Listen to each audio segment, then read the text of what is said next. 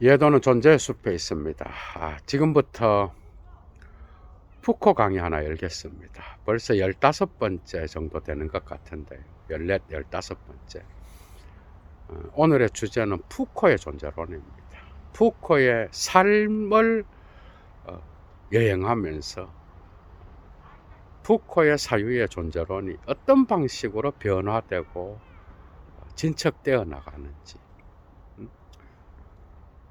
어떻게 보면 푸코 세밀화 강좌라고 할 수 있겠죠. 그죠? 오늘 강의를 통하여 여러분들이 조금 더 깊이 있게 푸코에게 접근할 수 있는 그런 시간이 되지 않을까 예도는 또 생각하고요. 오늘 하루 여러분 건강한 하루 되시기 바랍니다. 어디에 계시든 간에 좋아요 잊지 마시고요.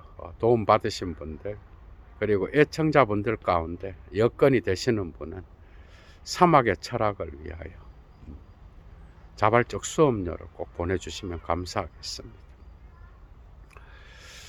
강의 이어나갑니다, 여러분.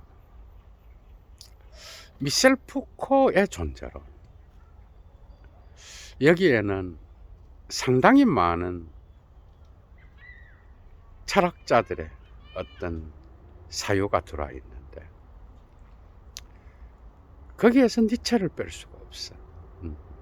그의 사유 여행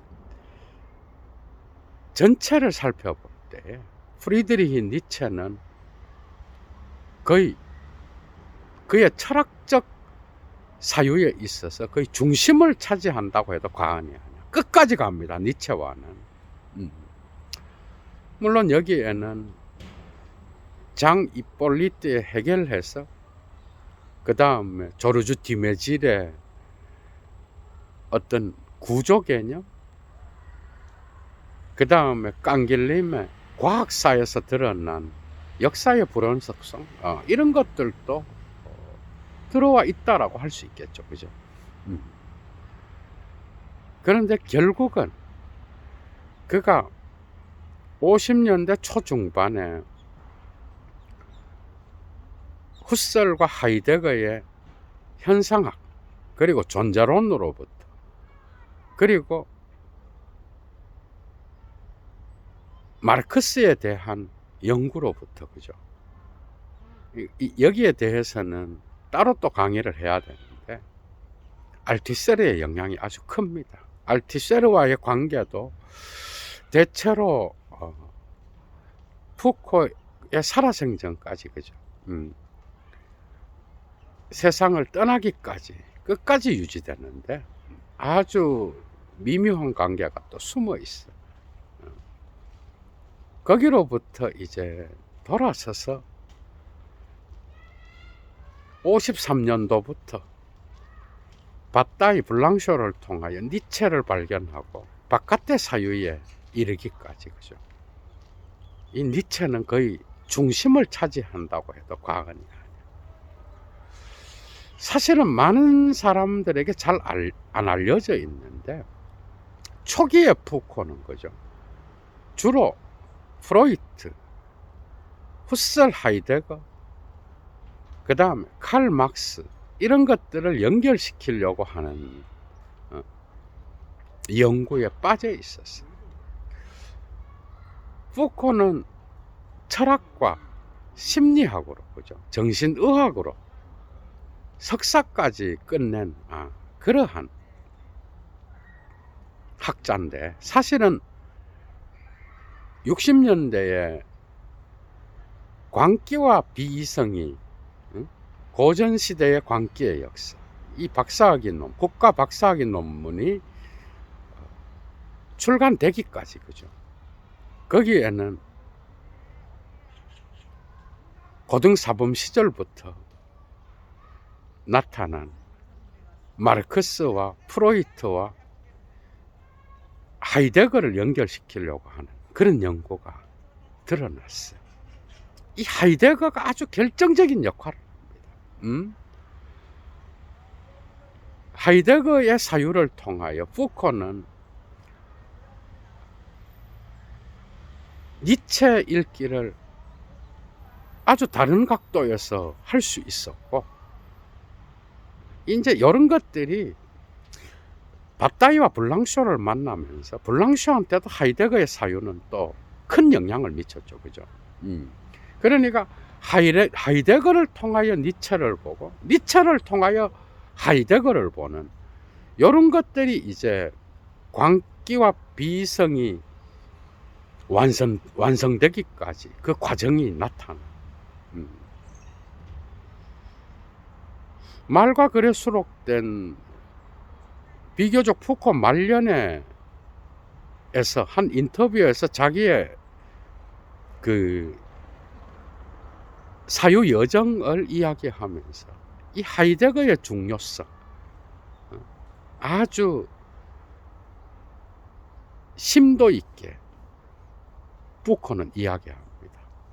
하이데거를 읽으면서 했던 그 메모가 상당히 많이 있었고 하이데거를 통하여 니체 읽기가 심화됐다고 하는 그런 것들이 실제로 푸코는 자기의 입으로 이야기하는데요. 이런 것들을 우리는 알고 있어야 돼요. 푸코가 자기의 첫 번째 작품을 광기와 비이성, 광기의 역사로 이야기하는 데는 자기의 그 앞선 작품이 2개가 있어요. 그게 별로 마음에 안 들었던 거예요. 이 광기와 비이성부터 그리고 63년도에 61년도에 출간되죠. 63년도에 임상의학의 탄생, 66년도에 말과 사물, 그 다음에 69년도에 지식의 고고와 70년도, 71년도에 꼴레주드 투앙스 개강 연설이죠. 그죠? 담론의 질서, 그 다음에 75년도에 감시와 처벌, 그 다음에 76년부터 쭉 이어지는 성의 역사, 이것도 4권이나 되는데요. 마지막 작품, 살아생전에 출간 못 되는 거. 그리고 70년대부터 죽을 때까지 했던 꼴레주드 프랑스의 강의들, 주체의 해석가, 그 다음에 지식과 권력의 연계, 그 다음에 권력과 진리, 이러한 다양한 강의들, 사회를 보호해야 한다, 지식의 테크놀로지, 한두 작품이 아닌 거예요. 이런 것들은 대개 푸코가 죽고 난 뒤에 출간된 것들이죠. 그죠? 꼴레주드 프랑스 강의 일부분들은. 이런 전체 작품에서 니체는 어디에서나 나타나. 거기에는 당연히 그의 선생이었던 조르주 깡길렘의 어떤 과학사, 그것도 자연과학의 역사가 아니야.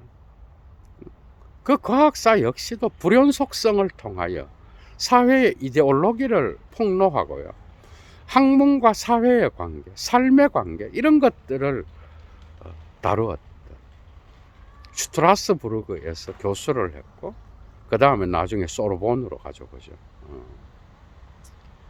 이 깡길렘 역시도 프랑스에서는 아주 중요한 학문의 세계를 형성했는데, 사르트르와 레이몽 아롱과 더불어서 고등사범학교 동기 동창생이죠. 그죠? 그 다음에 푸코에게 영향을 미쳤던 사람이 인류학자였던 디메질이 있고, 그죠? 아마도 이 디메질의 어떤 그 인류학적 구조 개념, 그죠? 이것은 푸코가 담론의 질서에서 말하는 것처럼 담론의 어떤 다양한 어떤 그 경계 영역들을 설정하고 담론과 담론이 충돌하는 그러한 구조의 변화를 이야기하는데 아주 중요한 역할을 한 게 바로 뒤매질이죠. 그죠? 장이 폴리트는 해결을 통한 그러니까 철학 전통에서 나타나는 그런 연구들을 통하여 푸코에게 영향을 미쳤던 자예요. 해겔 비판을 하지만은 해겔의 어떤 그러한 사유들이 곳곳에서 숨어 있어요. 이 모든 것들에도 불구하고 푸코는 역시 니체를 뺄 수가 없어요. 그가 이미 광기와 역사에서 이야기하는 그 광기를 아케올로지, 침묵의 고고학이라고 규정할 때부터 니체는 이미 거기 있었어요. 그러니까 초기 푸코는 싫어하겠지만은 푸코의 사유의 여정에 있어서 어떤 3기, 4기로 나눈다고 한다면 초기에는 프로이트의 정신분석, 그 다음에 마르크스주의 이런 것들을 하이데거의 실존 개념과 연결시키려고 했어. 이게 초기의 어떤 그 푸코의 사유 여행이고 그걸 넘어서서 이제 구조주의자가 되죠, 그죠? 그게 가장 잘 나타난 게 말과 사물이잖아.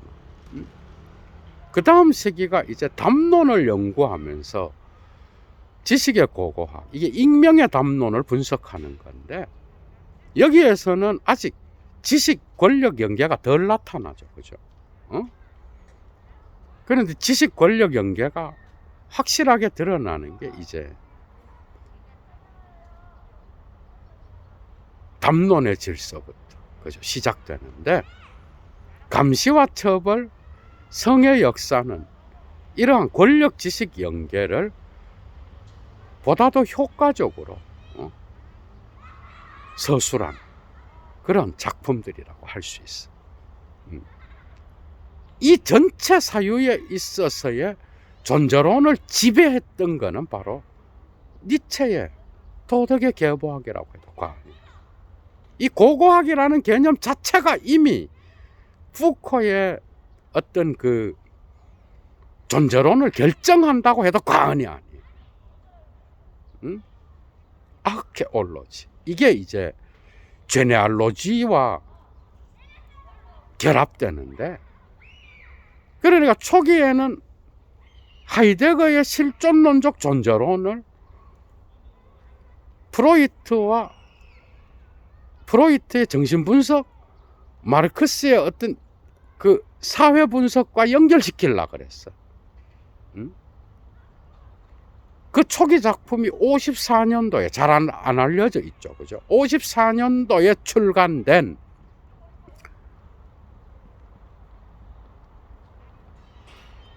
정신병과 인격이라는 작품.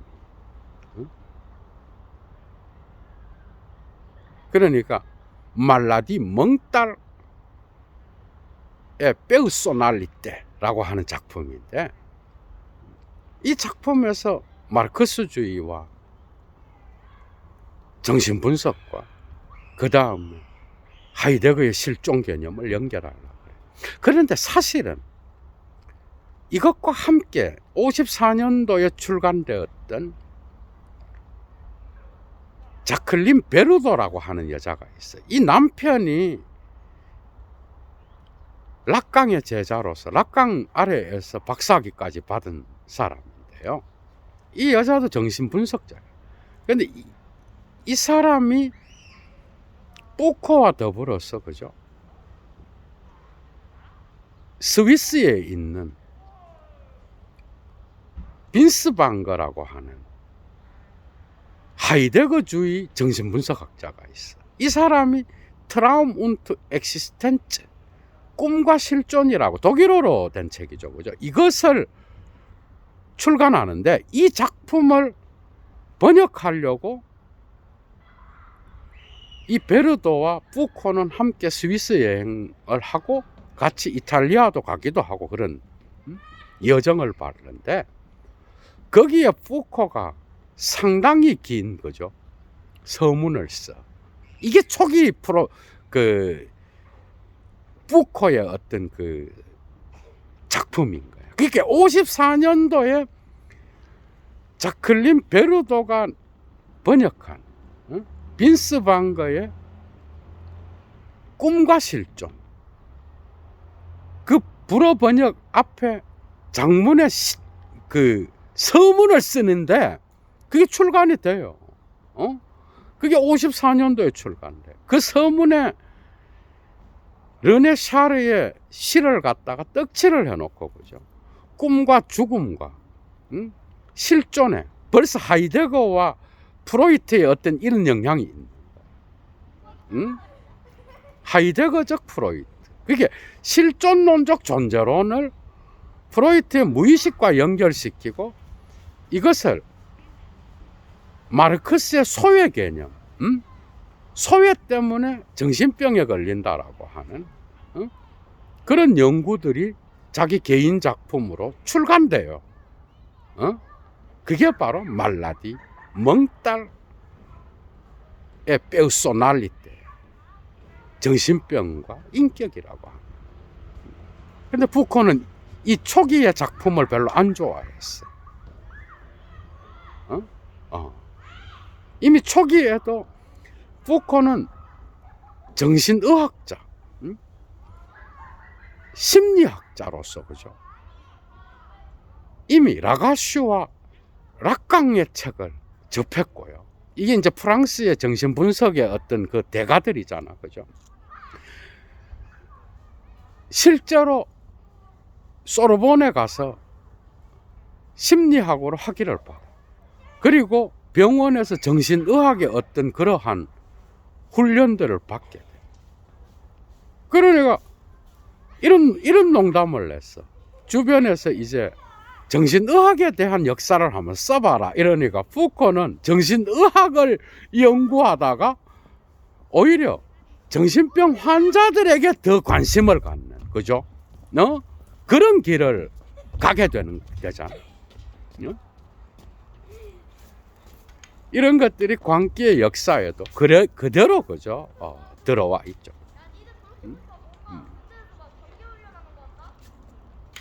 임상의학의 탄생, 그죠?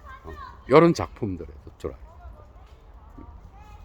나중에는 이제 감옥에 대한 연구로 나아가는데, 어찌되었건 초기에 이 하이데거적 정신분석, 이걸 마르크스와 연결시키는 여기에서 이제 53년쯤에 바따이와 블랑쇼를 발견하고 니체를 읽으면서 그의 사유의 전환이 확실히 옵니다. 이걸 통하여 이제 그의 박사학위 논문이 나오는 거예요.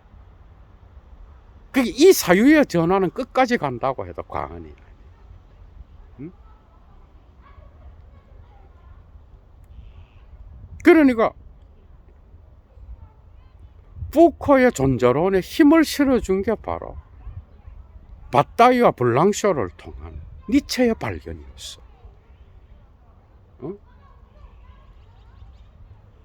그게 이제 구조주의와 연결돼서 나타나는 게 바로 광기의 역사와 말과 사물인 거예요. 그리고 그 뒤에 이제 담론 분석과 더불어서 권력과 지식 연결로 가는데요. 요 단계에서 이제 구조주의로부터 점점 벗어나. 왜? 저항하는 주체를 이야기하기 시작해. 근데 감시와 처벌에서는 아직 이 주체는 수동적으로 권력에 의하여 생산되고, 그 권력이 파르마콘의 역할을 하죠. 그죠? 권력은 억압하기만 하는 게 아니야. 푸코의 힘의 존재론에서 가장 중요한 거는 권력의 이중성이에요. 그 권력은 억압하기도 하지만 해방시키면서 좋은 것을 주기도 해. 그래서 주체를 형성해. 그러나 그 이 힘 관계는 이제 레지스탕스가 함께 들어와. 그게 성의 역사야. 성의 역사 1권부터는 주체가 다시 살아나는 느낌이 있어.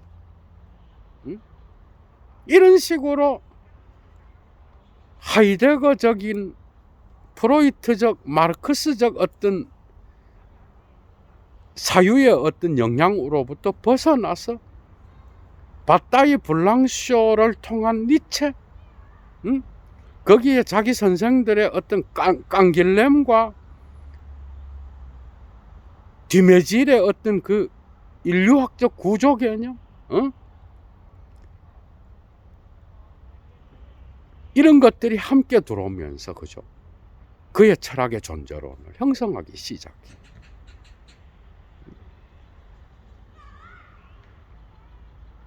이 모든 것을 관통해 있는 게 바로 프리드리히 니체인 거예요.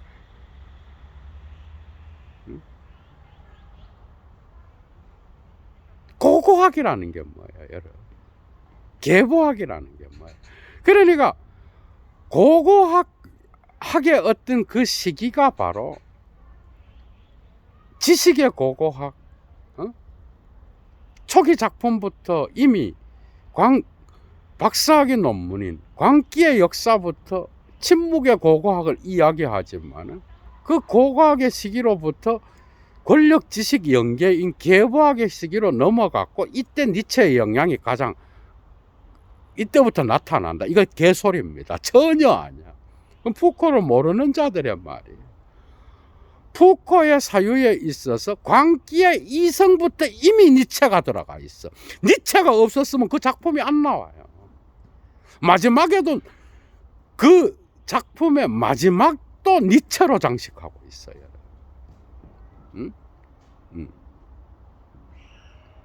고고하긴 표면적으로 보이는 이 사회 문화의 체계와 그것을 인식하는 지식의 체계, 그 보이는 것, 그 심층에 무의식적 층이 있다는 거잖아. 고고학자들이 표면에 어떤 그 보이는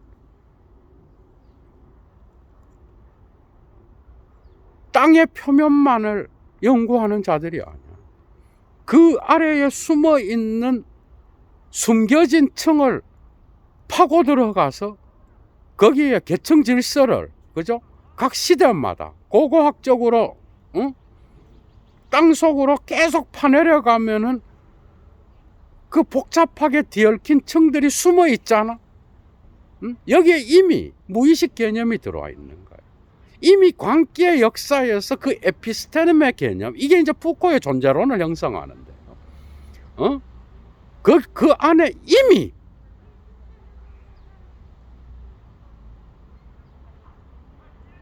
이 존재론의 개념 핵심 안에 이것은 무의식의 영역이라고 이야기해요. 이걸 누가 가르쳐 줬겠어? 쉽게 설명하면 이런 거야.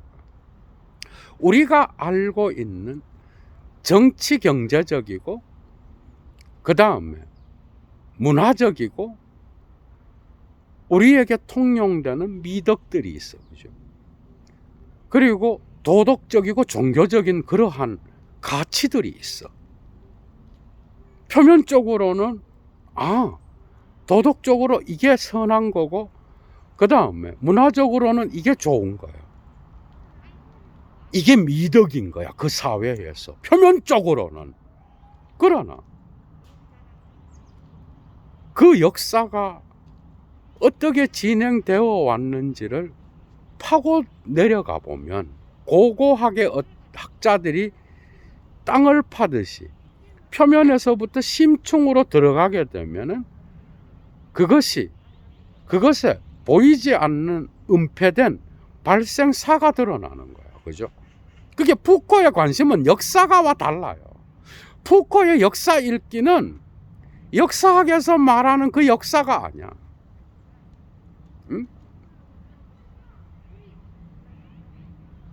그러니까 표면적으로 보이는 거는 이성이 그죠? 광기보다는 훨씬 더 가치 있는 거라고 생각합니다. 표면적으로 보이는 거는 선이 악보다 가치 있다라고 생각하는 거예요. 표면적으로 보이기에는 도덕적 미덕이 악덕보다는 훨씬 더 소중하다고 생각하는 거예요. 그러나 고고학을 파헤치고 내려가면 모든 미덕은 비미덕으로부터 나온 거예요. 이건 니체가 선악의 저편의 어떤 거의 주제격으로 삼고 있는 그런 주제들이잖아. 응? 투겐트 ist aus und Tugend geboren. 그죠? 미덕은 비미덕으로부터 나온 거예요. 응? 언제나 모든 진리는 선과 악의 저편에 있는 거예요. 응? 그러니까 이미 니체가 이러한 계보학적 어떤 그러한 역사관, 응? 문화 속에 숨어 있는 심층의 어떤 그 무시무시한 인간에 대한 그 진리를 보는 그 눈을 푸코에게 이미 가르쳐 준 거예요. 그래서 푸코의 관심은 비이성과 이성이 어떻게 나누어졌는지를 분석하는 게 아니야. 그게 아니라 이성과 비이성이 어떤 절차의 과정을 통하여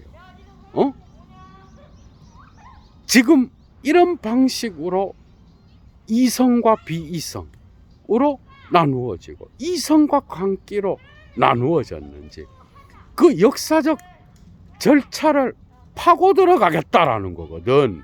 그 과정에서 그죠? 그 과정에서 더 큰 힘이 더 작은 힘을 제압한 그러한 적나라한 진리가 드러나게 난다라는 거예요. 그러니까 표면적으로는 이게 감추어져 있어요. 도덕과 종교를 통하여 승인한, 그래서 정치적 힘을 통하여 승인한 그 힘의 존재로는 지금 보이고 있는 그 표면에 에서 심층으로 들어가지 않으면 그 실상을 제대로 못 본다라는 거예요. 그러니까 푸코의 역사 분석은 애초부터 뭐야?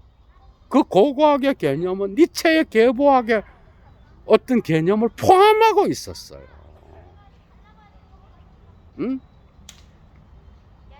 물론 거기에 의해서 다 끌어오죠. 이미 에라스무스의 우신 예찬부터 그죠? 이미 광기에 대한 이성으로부터의 분리가 시작되잖아요. 이미 르네상스 시대부터 이성과 광기 사이의 균열이 나타나잖아. 이미 데카르트부터 악마에 대한 비유로부터 그죠? 어떤 미친 인간에 대한 비유로부터 이성의 우위가 조금씩 드러나고 있었잖아요. 이미 근대를 알리는 근대 철학의 아버지 데카르트의 사유 안에서도 나타난 거예요.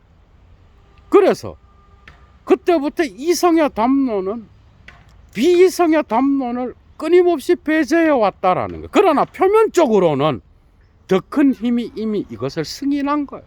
이걸 누가 가르쳐 줬겠어? 이미 여도가 도덕의 계보학 제2 논문을 다 읽었잖아. 선이라고 하는 것, 악이라고 하는 것 사실은 분할되지 않았어요. 그 분할은 언제나 더 큰 힘이 더 작은 힘을 제압하는 방식으로 진행되었고, 그 진행된 숨겨진 과정 절차, 그 배제의 절차를 파고 들어가서 분석하겠다는 거죠. 이게 이미 초기의 박사학위 논문인 광기의 역사 속에 숨어 있었던 거예요. 거기에서 푸코는 사드를 소급하고요. 고야를 소급하고 보슈를 소급하고 이 비성의 대가들, 광기의 대가들을 다 소급해요. 니체를 소급하고 아르토를 소급하는 거예요. 이 모든 대가들이 전부 다가 광기를 옹호하고 있다라. 이 광기를 배제한 인간은 뭐야? 뭔가 자기를 은폐한, 자기를 기만한. 그래서 이성이 비성을 추방하면서 나타난 침묵의 영역, 무의 영역, 어두움의 영역, 바깥의 영역, 숨어있는, 그래서 사회가 침묵하라고 강요한 그 침묵의 고고학을 쓰겠다라는 게 푸코의 의도였잖아. 그걸 누가 가르쳐 줬겠어?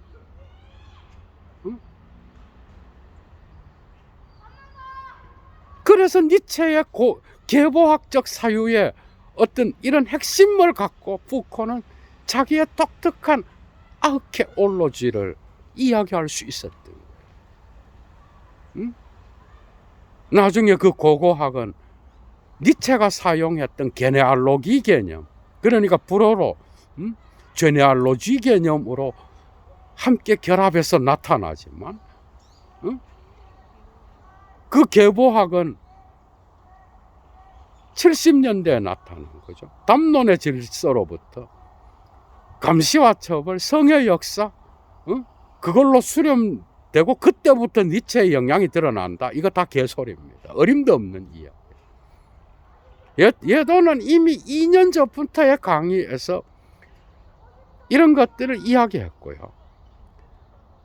최근에 디디에 에리봉의 어떤 그 푸코 전기를 보면서 거기에 확증하는 자료들을 발견하고 예도는 알게 된 거예요.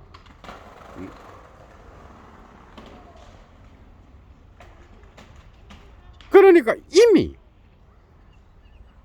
그가 54년도에 출간했던 빈스 방거의 꿈과 실존의 서문, 그 다음에 정신병과 인격, 여기에서는 거의 나타나죠. 이 작품, 아주 초기의 이 작품들은 어떻게 보면 푸코의 존재론으로부터 단절된 작품들이라고 볼 수 있어요. 그러나 마르크스와 하이데거로부터 떠났다 그러지만 아니요. 푸코가 정말 많은, 푸코만큼 인터뷰를 많이 한 사람이 없어요. 다양한 인터뷰와 강의들에서 그의 마르크스에 대한 영향을 그대로 이야기해요.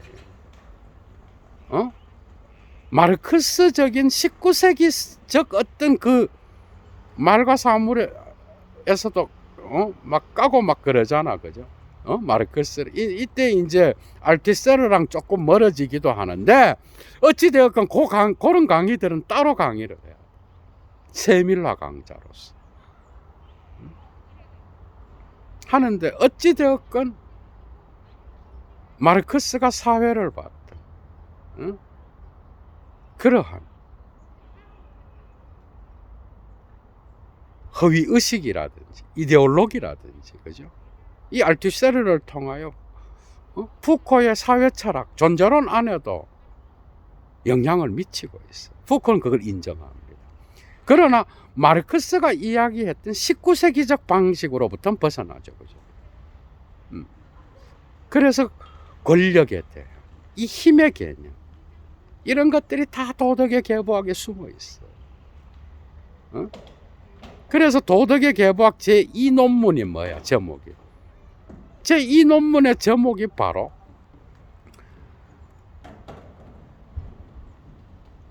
양심의 가책, 죄책감, 이런 것들이 어떤 과정을 거쳐서 역사적으로 형성되었는지를 밝히는 거잖아.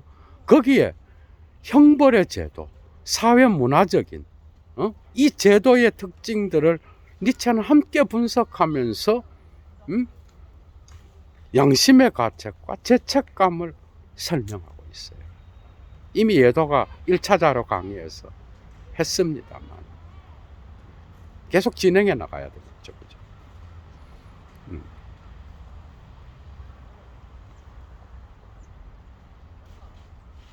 그러니까 어떻게 보면 푸코의 사유의 여정에서 계보학은 뒤에 나타났고 그것이 권력 지식의 연계와 함께 나타났으면 저항의 주체를 이야기하는 성의 담론까지, 그죠? 우리가 그것을 계보학을 거기에 제한해서 이야기하겠지만 사실은 니체 전공자로서 이미 초기에 푸코가 사용했던 침묵의 고고학이라고 하는 그 고고학이라는 개념 자체가 이미 계보학적 사유를 포함하고 있었다. 이것을 통하여 미셸 푸코는 그 당시에 이성의 담론이 밀어냈던 예술과 문학의 영역, 그래서 사드와 고야와 방고흐와 아르토를 소급하면서 이제 이성은 이러한 광기의 대가들 앞에서 자기 스스로를 변론해야 되는 그러한 뒤집어진 현실을 이야기하는 거예요. 그러니까 푸코의 존재로는 처음부터 끝까지가 힘의 존재로,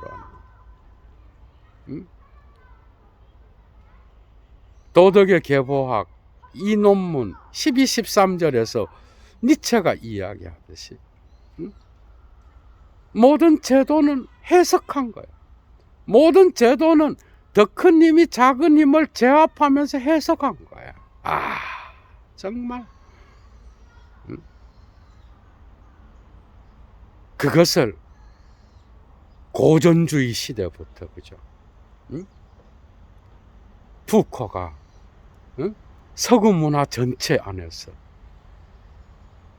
광기와 이성의 분리 작업이 어떤 절차를 거쳐서 진행되었는지를 적용시키면서 니체의 힘의 존재로는 적용되고 있다라.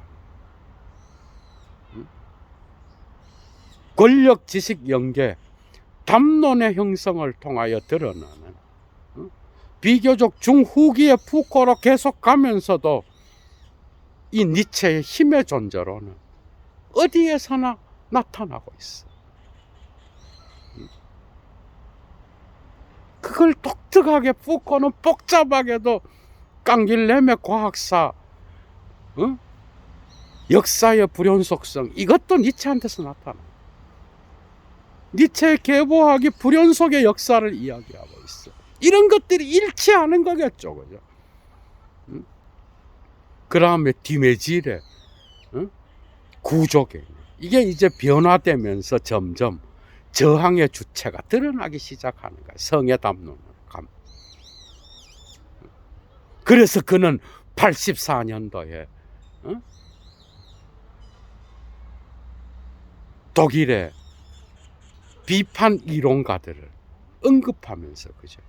그러니까 아도르노, 호르크하이머, 마르쿠제, 하버막스까지 이어지는 비판 이론을 언급하면서 비판 이론의 아버지로서 칸트를 이야기하고 계몽이란 무엇인가를 이야기했던 거예요. 이미 주체의 해석학에서 이 주체의 중요성을 이제 이야기하기 시작합니다. 말과 사물에서 죽여버렸던, 그래서 언어만 남은, 언어의 구조만 남은 모래사장에서 죽은 그 주체가 이제는 마치 지적의 까다로운 주체와 같이 권력과 지식 연계의 힘의 존재론 안에서 조금씩 회복되면서 푸코의 말년을 장식했다라고 하는. 만약에 푸코가 불행한 어떤 그 병으로, 그죠, 죽음을 일찍 맞이하지 않았다면 그 사유 여행은 계속해서 변화됐겠죠, 그죠?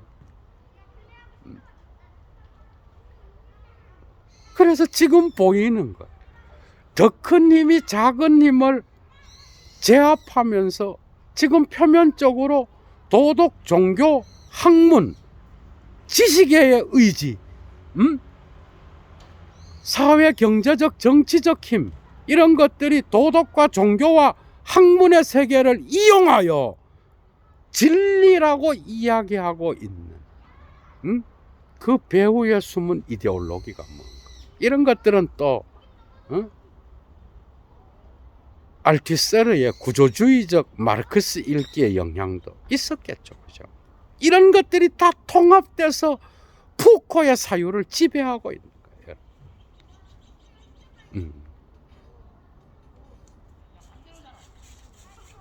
이런 복잡한 절차 속에서도 푸코의 존재론의 가장 중요한 철학적 개념인 이 아르케올로지, 제네알로지, 이 두 개의 개념은 어디에서나 살아서 함께 작동하고 있다라. 그러니까 푸코의 초기부터 말기까지의 사유 안에는 니체가 깊이 들어와 있어. 들레저한테서도, 심지어 들레저도 영화론에서까지도 니체가 들어가 있다니까. 니체는 어디에나 있어요. 그래서 디디에 에리봉은 푸코의 그 웁살라 시기를 설명하면서, 그죠, 이 광기의 역사, 니체의 위대한 별 아래에서 완성되게 될 이 박사학위 논문, 이런 이야기를 한다고.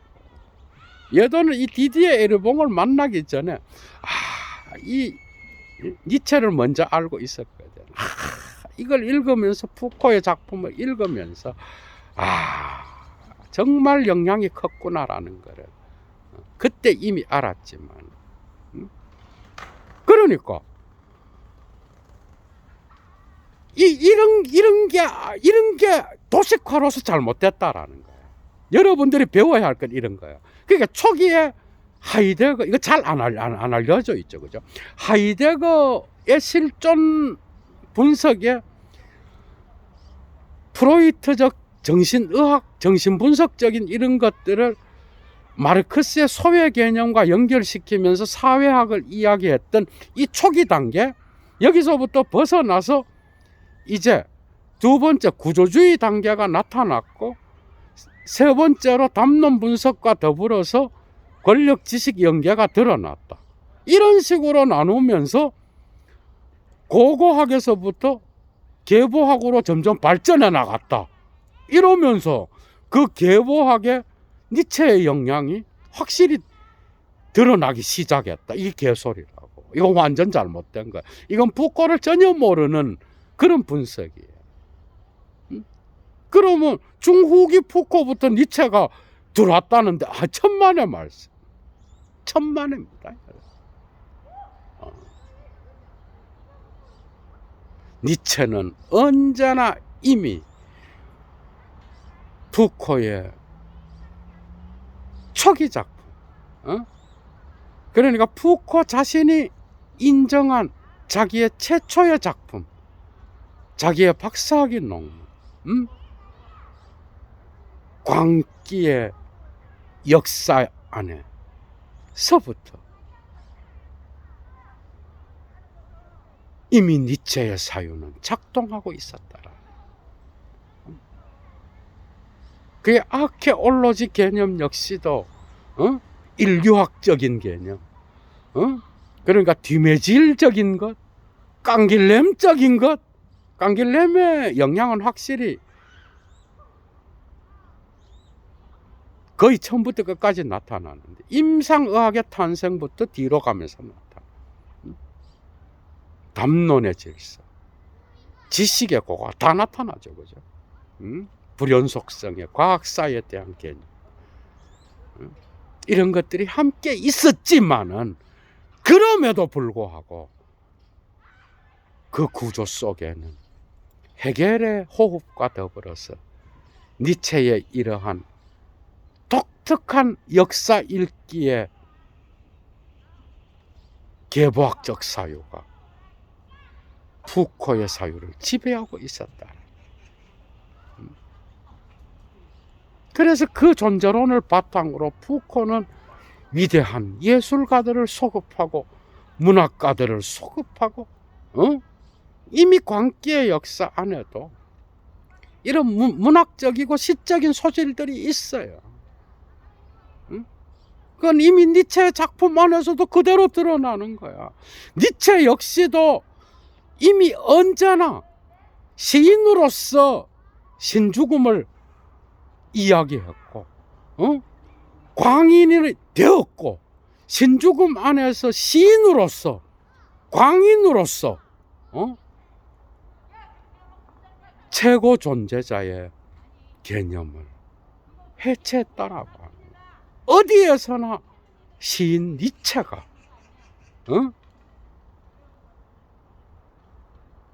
그때까지의 철학의 개념사를 해체하고 있다라는 거예요. 춤추고 있는 디오니소스, 이런 것들이 푸코의 작품들 곳곳에서도 시인이 된 푸코, 그 다음에 지금까지 있어 왔던 모든 가치들을 뒤집으면서 해체하면서 그것에 은폐된 힘의 관계를 추적해 나갔던 그 푸코 안에는 어디에서나 니체가 숨어 있었다라고. 여러분, 재미있죠, 그죠? 이런 강의는 예도 TV에서만 들을 수 있을 겁니다. 이런 내용들.